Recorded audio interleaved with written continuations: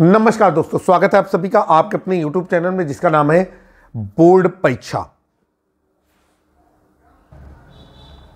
दोस्तों, जैसा कि आप सभी लोगों को मालूम है कि हर तरीके के बोर्ड के एग्जामिनेशन या तो स्टार्ट हो गए हैं या जल्द ही स्टार्ट होने वाले हैं। CBSE बोर्ड और यूपी बोर्ड के भी एग्जामिनेशन का शेड्यूल जारी हो गया है और जल्द ही वो एग्जाम कंडक्ट कराए जाएंगे।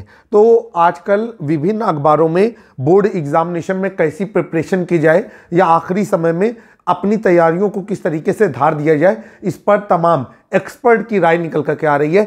हम भी आपके सामने एक्सपर्ट की राय लेकर के आए हैं। तो आज हम लेकर के आए हैं इंग्लिश में कैसे बोर्ड एग्जामिनेशन में पार पाए जाए या कैसे बेहतर से बेहतर नंबर गेन किए जाए। तो सबसे पहले मैं कहना चाहूँगा कि भारती रावत जी हैं PGT इंग्लिश से दून इंटरनेशनल स्कूल देहरादून की, और उन्होंने किसी भी बोर्ड से जो परीक्षा की तैयारी कर रहे हैं बच्चे, उनके लिए इंग्लिश में कुछ अपनी राय प्रस्तुत की है कि अगर आप इन राय को फॉलो अप करेंगे तो निश्चित ही आपको अच्छे नंबर मिलने वाले हैं। तो इंग्लिश में रीडिंग और राइटिंग है स्कोरिंग सेक्शन, मतलब अगर रीडिंग और राइटिंग वाला हिस्सा आप करेंगे तो आप ज़बरदस्त स्कोर कर पाएंगे। और उन्होंने ये जो अपनी राय है वो खास करके कक्षा 12 के विद्यार्थियों के लिए दी हुई है। तो सबसे पहले क्या है कि एग्ज़ाम की तैयारी कैसे करें। तो एग्ज़ाम की तैयारी ये कहती है कि पाठ्यक्रम की पूरी पुनरावृत्ति कर लें, मुख्य रूप से रीडिंग, राइटिंग और लिटरेचर के सभी महत्वपूर्ण टॉपिक्स का रिवीजन कर दें और बुक में दिए गए सभी लेसन्स को अच्छी तरीके से समझें और उनसे जुड़े हुए क्वेश्चन का अभ्यास करें।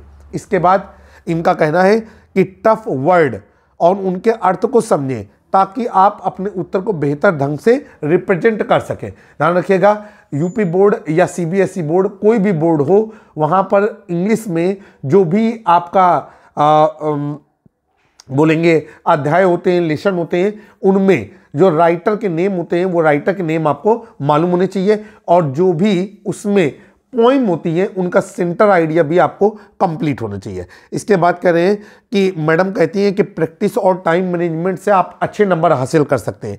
इन्होंने बताया है कि आप अगर अच्छे नंबर हासिल करना चाहते हैं तो आप पिछले साल के क्वेश्चन पेपर का सॉल्व करें।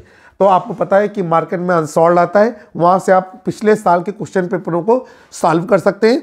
और कह रहे हैं जब क्वेश्चन पेपरों को सॉल्व करेंगे तो आपको जो परीक्षा का पैटर्न है और इस समय या आखिरी वर्ष तक परीक्षा में किस तरीके के क्वेश्चन आए हुए हैं, इसकी बेहतर जानकारी आपको मिल जाएगी, जो पेपर हल करने में या स्कोर गेन करने में आपकी मदद करेंगे। ध्यान रखिएगा, बोर्ड एग्जामिनेशन में जो अंग्रेजी का सब्जेक्ट होता है ये स्कोरिंग होता है। अगर आपने इसमें अच्छी रीडिंग कर रखी है और राइटिंग आपकी अच्छी है तो निश्चित ही अच्छे मार्क्स आपको मिलेंगे। इसके बाद कह रहे हैं कि जो आपका पेपर हो उसके हर सेक्शन को निर्धारित समय के भीतर हल करने की कोशिश करें, ताकि जो एग्जामिनेशन का ड्यूरेशन होता है, जैसे कि यूपी बोर्ड में जो है 3 घंटा 15 मिनट या 3 घंटा 20 मिनट का समय मिलता है, उसमें आप अपने पेपर को अच्छी तरीके से कंप्लीट कर सकें।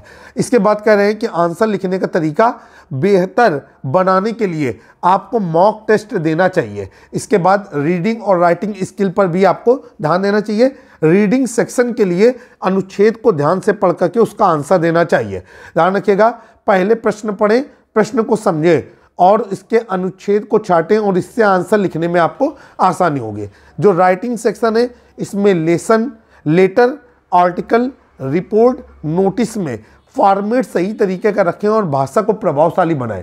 जो आपका व्याकरण वाला हिस्सा है जिसे आप ग्रामर बोलते हैं, उसमें जो भी आए, चाहे वो लेटर आए, आर्टिकल आए, रिपोर्ट आए या कोई ऐसे आए, उसमें अपनी भाषा को सही तरीके से लिखना है।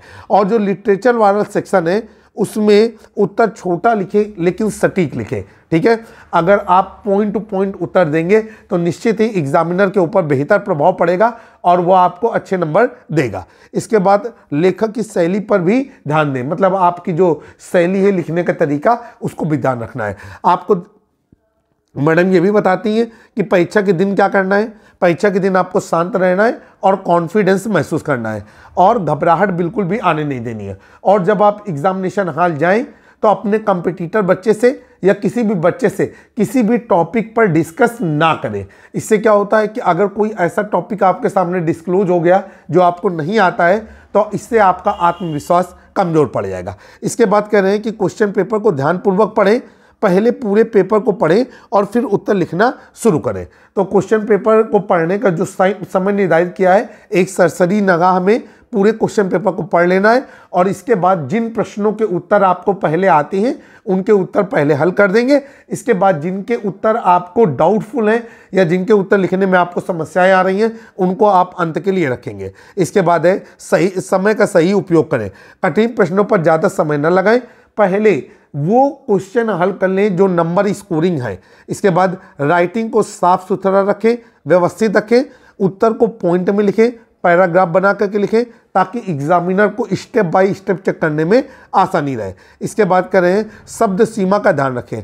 आपको शब्द सीमा का ध्यान ये रखना है कि अगर शॉर्ट टाइप क्वेश्चन आंसर है तो उसका उत्तर शॉर्ट लैंग्वेज में होना चाहिए, लॉन्ग टाइप क्वेश्चन आंसर है तो उसका उत्तर लॉन्ग वर्ड्स में होना चाहिए। सबसे पहले मैं आपको बताना चाहता हूं कि भारती मैडम ने अपने स्तर से कक्षा 10 और कक्षा 12 के लिए एक बेहतर जानकारी दी है कि वो इंग्लिश मीडियम या यूपी बोर्ड किसी भी बोर्ड से है, लेकिन वो पेपर में अगर इन बातों का ध्यान रखेंगे तो निश्चित ही वो अच्छे नंबर गेन कर पाएंगे।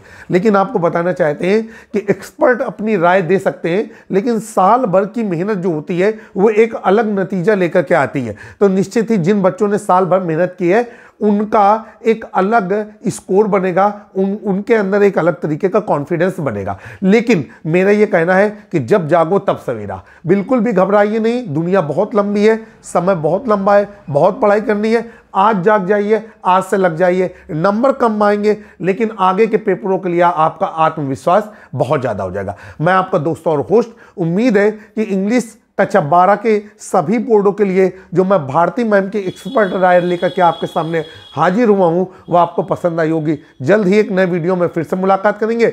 जुड़े रहें आप अपने YouTube चैनल से जिसका नाम है बोर्ड परीक्षा। जय हिंद, जय भारत।